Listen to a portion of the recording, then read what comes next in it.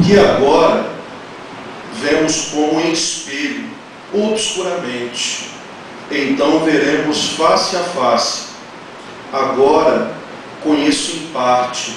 Então conhecerei como também sou conhecido. Agora, pois, permanecem a fé, a esperança e o amor. Estes três. Porém, o maior destes é o amor.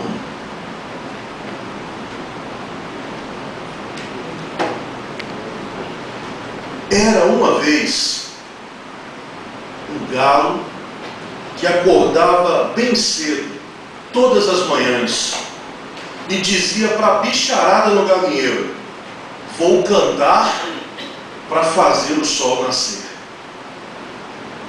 Ato contínuo, esse galo subia até o alto do telhado, estufava o peito, olhava para o nascente e cantava, e ficava esperando.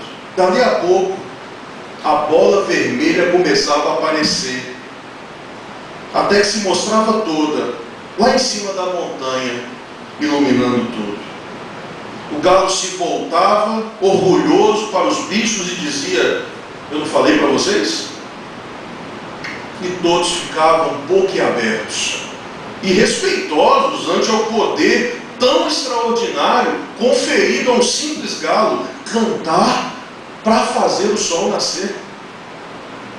Ninguém duvidava. Tinha sido sempre assim. Também antes dele, o galo pai cantava para o sol nascer. O galo avô cantava para fazer o sol nascer. Tal poder extraordinário provocava as mais variadas reações. Primeiro, os próprios galos não estavam de acordo. E isso porque não havia um galo só. Quando a cantoria começava de madrugada, ela ia se repetindo pelos vales e pelas montanhas onde havia um galo. Em cada galinheiro havia um galo que pensava a mesma coisa e julgava todos os outros invejosos impostores. Além do que, não havia acordo, Claudinha, sobre a partitura certa para fazer o sol nascer. Cada um dizia que a única verdadeira era sua, e todas as outras não passavam de falsificações e de heresias. Em cada galinheiro, mediante isso, imperava o terror. Os galos jovens tinham que aprender a cantar do jeitinho do galo velho.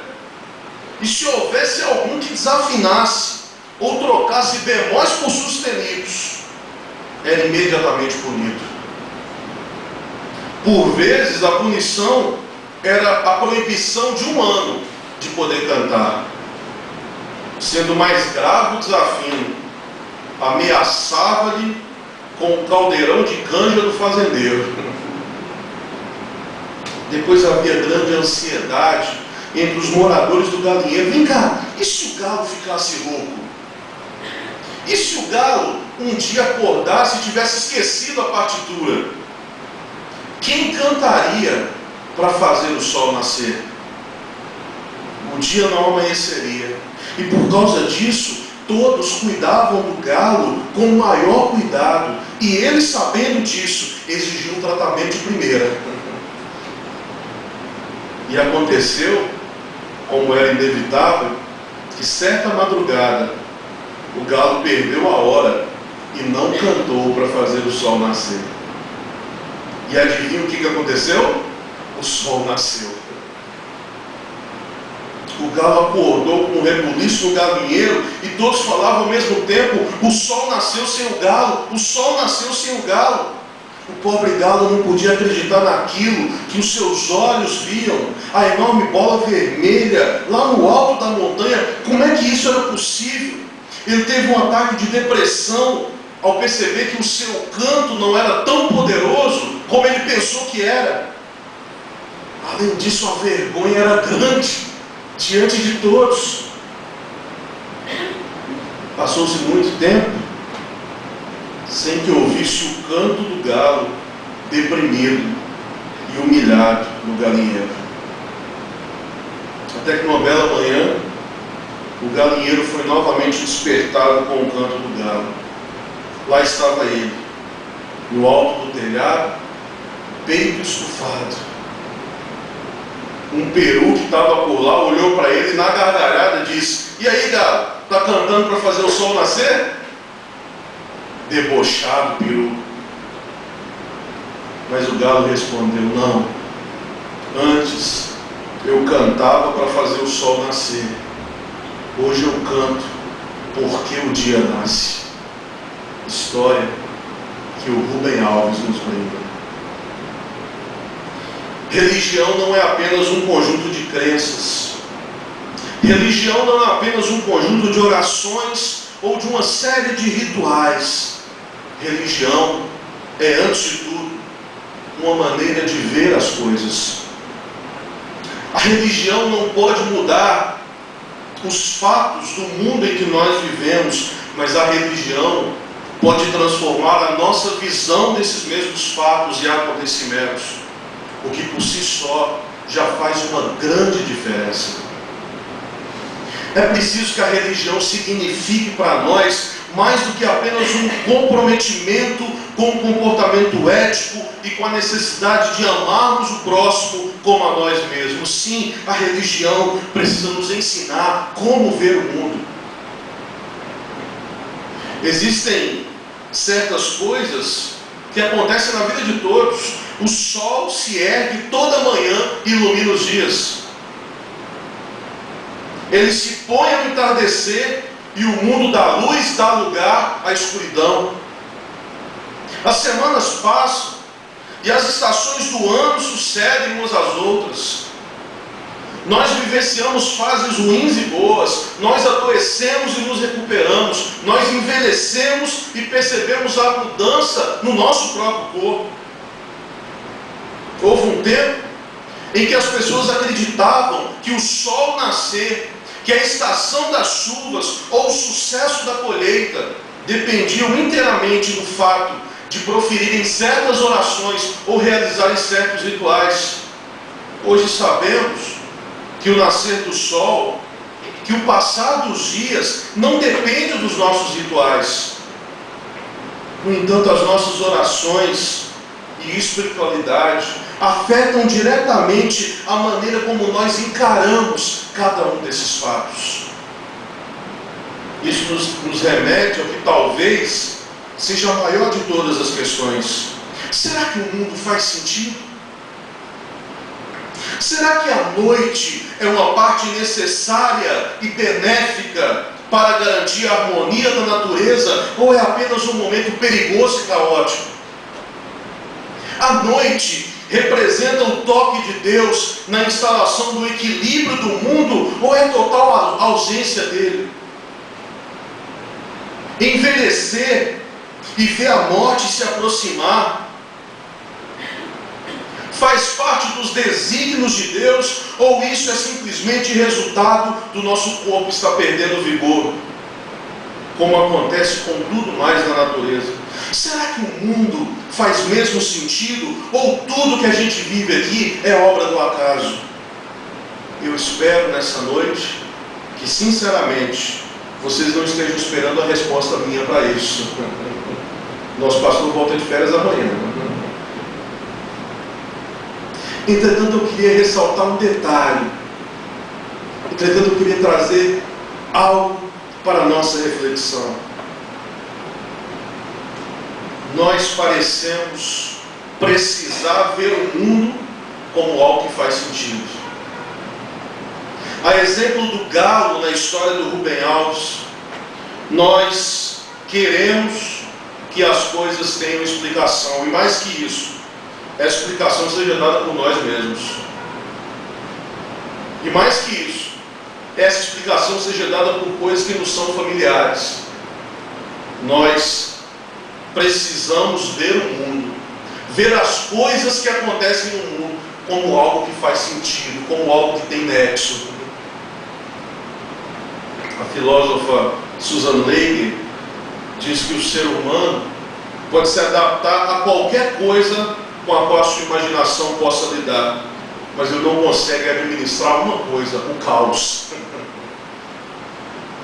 A gente não sabe lidar com o caos. A gente não sabe lidar quando o chão sai debaixo dos nossos pés. A verdade é que não temos problema nenhum para aprender novas coisas sobre o mundo, desde que possamos categorizar isso em padrões de referência que nós temos.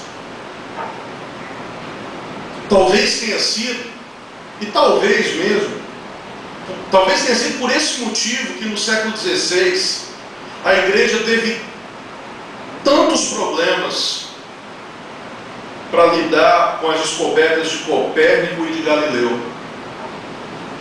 Talvez porque não era apenas uma questão de admitir que estávamos errados sobre um determinado assunto. Aqueles cientistas de mentes brilhantes, sem saber, estavam pedindo ao mundo que admitisse que a visão religiosa da realidade estava incorreta, o que os deixava sem um parâmetro conhecido para categorizar o conhecimento, o que os deixava, no popular, sem chão, sem ter onde pisar. Os seres humanos precisam muito acreditar que o mundo em que vivemos faz sentido, que existe um padrão que se repete e que nos voltamos para a religião exatamente porque ela nos ensina esse padrão, nos fala a respeito desse padrão e em muitos casos até mesmo nos dita esse padrão. No início desse século, o grande sociólogo Emile Durkheim viajou para as ilhas dos mares do sul a fim de estudar a religião em sua forma mais primitiva. E dentre as muitas descobertas de Durkheim, uma das coisas mais importantes que ele aprendeu foi que um dos propósitos essenciais da religião em sociedades primitivas não era o de colocar os homens em contato com Deus, mas sim o de colocar os homens em contato uns com os outros. Existem acontecimentos na vida de cada um de nós que nós não desejamos vivenciar sozinhos. E a religião nos ensina a fazer isso exatamente na companhia dos outros. Nós temos feito do século XXI o século do individualismo. É comum nós vermos na história pregressa pessoas que se identificavam se caracterizando pela sua família, por uma tribo a qual ele fazia parte, por um grupo a qual ele pertencia, enquanto hoje são as conquistas e as relações e as realizações pessoais que nos caracterizam. O teólogo Martin Buber nos chama a atenção que nós fomos treinados para usar as pessoas e não para amá-las. Da mesma forma, segundo Buber, nós transferimos essa relação para Deus. Nós transferimos essa categoria, esse padrão de relação para o nosso relacionamento com Deus. Quando a nossa relação com o divino é tentando tirar dele tudo que nós desejamos, às vezes até subornando,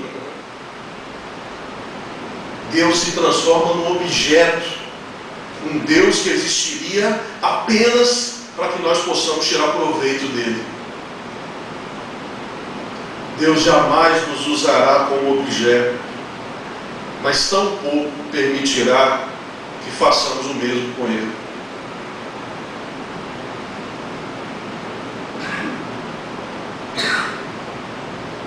Eu tenho aprendido que um dos maiores paradoxos do coração religioso e da própria vida é o fato de que quanto mais nos preocupamos com os nossos problemas e as nossas ansiedades, quanto mais consultamos livros sobre como fazer para ser feliz, mais garantimos que as nossas necessidades mais profundas continuarão sem respostas. No entanto, quando nós aprendemos a ver as pessoas em torno de nós como indivíduos que têm o direito ao amor e ao respeito tanto quanto nós mesmos, nós descobriremos que podemos curar a nossa solidão ao estender a mão para outros seres humanos.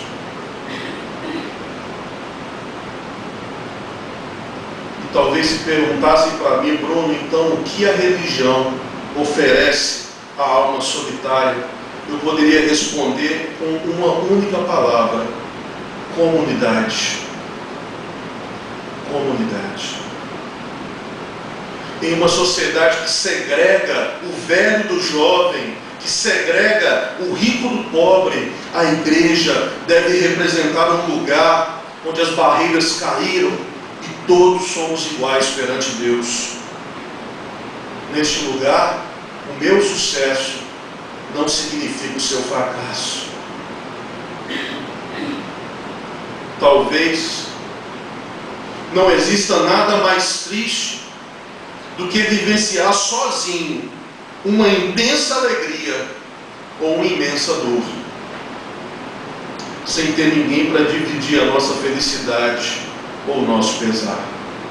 Não é à toa que diante de momentos muito alegres que nós estamos, a primeira coisa que a gente quer é reunir os amigos para celebrar junto com eles. Mas diante da mais intensa dor que a gente enfrenta também, porque a gente quer estar do lado de quem a gente ama, de pessoas que não são familiares, de pessoas cujo olhar nos conforta, de pessoas, como diz o Rubem Alves a respeito dos amigos, em cuja presença não é preciso falar. Só de estar junto, a gente se sente confortado.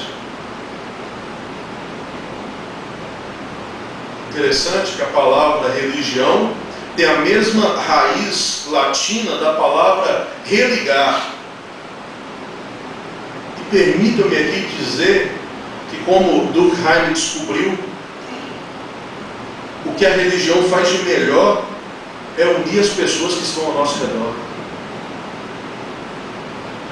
Que enquanto a gente foca a religião com esse eixo vertical, de falar da religião apenas do relacionamento do indivíduo com o sagrado, a todo momento a religião está tentando fazer isso aqui com a gente, mostrando que se relacionar com Deus é se relacionar com o outro.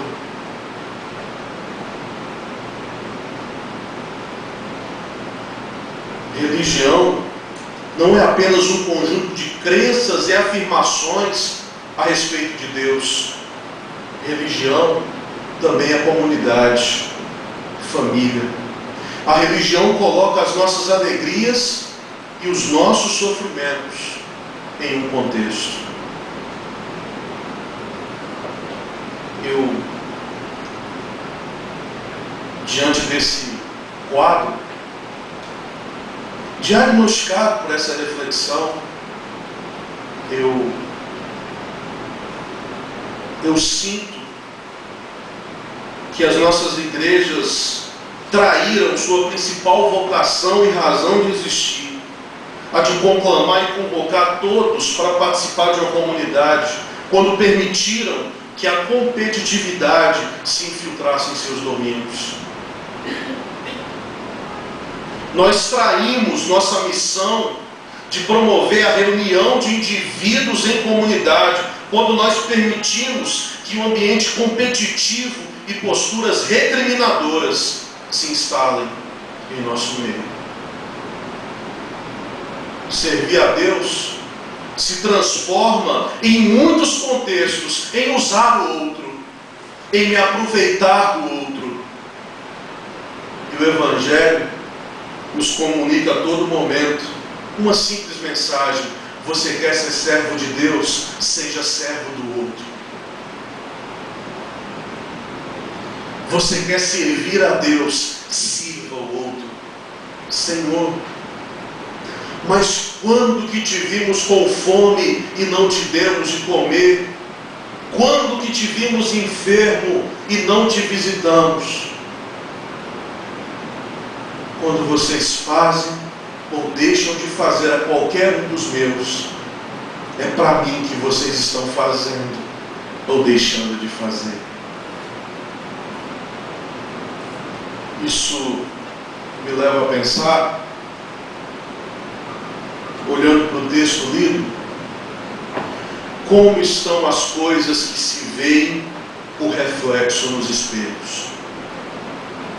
Linguagem que Paulo utilizou. Isso deve ter sido ainda mais sugestivo para os coríntios do que para nós. Corinto, a cidade de Corinto, era muito famosa pela manufatura de espelhos. Mas o espelho moderno, tal qual nós conhecemos hoje, com o seu reflexo perfeito, não surgiu até o século XIII. O espelho de Corinto, e consequentemente o espelho que Paulo está dizendo aqui, era um espelho de metal altamente polido. Mas o melhor deles ainda dava um reflexo imperfeito da realidade. Paulo sente e demonstra isso, que nessa vida nós só vemos os reflexos de Deus e permanecemos com muitas coisas em mistério, em enigmas. Nosso conhecimento é ainda como de um menino, mas o caminho do amor guiará a um dia em que no final o véu se correrá e o veremos face a face, e conheceremos tal qual nós somos conhecidos. Nós jamais poderemos chegar a esse dia sem amor, porque Deus é amor, e só aquele que ama pode ver a Deus. Nós não entendemos a religião como ela deveria ser. E não é à toa que hoje em dia se mata em prol da religião. Nós não compreendemos a Deus em sua plenitude. E aí, para ser sincero, nós não conhecemos nem a nós mesmos com clareza e inteireza. Mas o texto do calendário litúrgico de hoje nos dá um caminho excelente.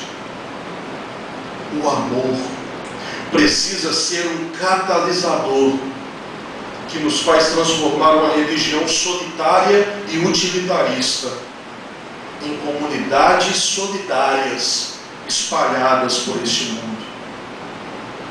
Se aprendermos isso, talvez estaremos um pouco mais perto de Deus e do que Ele deseja para nós mesmos.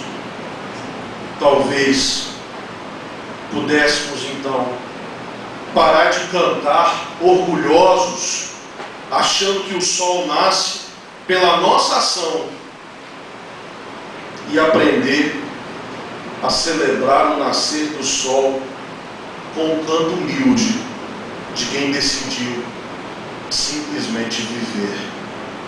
E muito mais que isso, viver em comunidade. Que o Senhor nos abençoe.